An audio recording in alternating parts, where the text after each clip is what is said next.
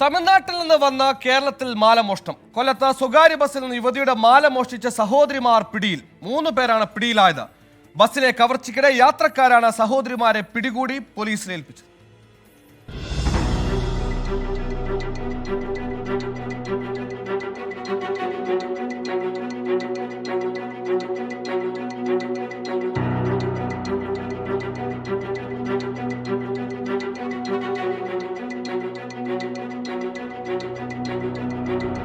മൂന്ന് സഹോദരിമാരും ചേർന്ന് അതീവ ആസൂത്രിതമായാണ് ബസ്സിൽ കവർച്ച നടത്തുന്നത്.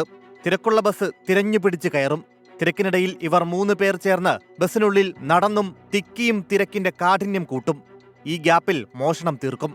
ഇതായിരുന്നു മോഷണ രീതി. പക്ഷേ എല്ലാം കഴിഞ്ഞ ദിവസം പാളി. കോയമ്പത്തൂർ പുളിയിലക്കോവിൽ സ്വദേശികളായ സാറ, മേഖല, വേലമ്മ എന്നിവരാണ് പിടിയിലായത്.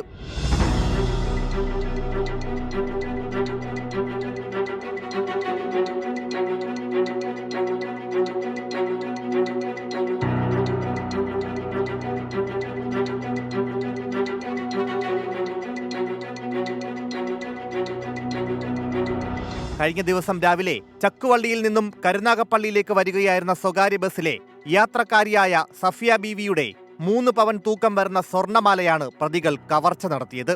പ്രതികൾ ബസ്സിൽ തിരക്കുണ്ടാക്കുകയും സാറ തന്ത്രപൂർവ്വം മാലയുടെ കൊളുത്തിളക്കി മോഷ്ടിക്കുകയുമായിരുന്നു. മോഷണശ്രമം സഹയാത്രികരുടെ ശ്രദ്ധയിൽപ്പെട്ടതോടെ പ്രതികൾ മോഷ്ടിച്ച മാല ഉപേക്ഷിച്ച് രക്ഷപ്പെടാൻ ശ്രമിക്കുന്നതിനിടയിൽ പോലീസ് എത്തി പ്രതികളെ കസ്റ്റഡിയിലെടുക്കുകയായിരുന്നു. കരുനാഗപ്പള്ളി ഇൻസ്പെക്ടറുടെ നേതൃത്വത്തിൽ നടന്ന അന്വേഷണത്തിൽ പ്രതികൾ നിരവധി മോഷണ കേസുകളിലെ പ്രതികളാണെന്ന് പോലീസ് കണ്ടെത്തി. 24 കൊല്ലം.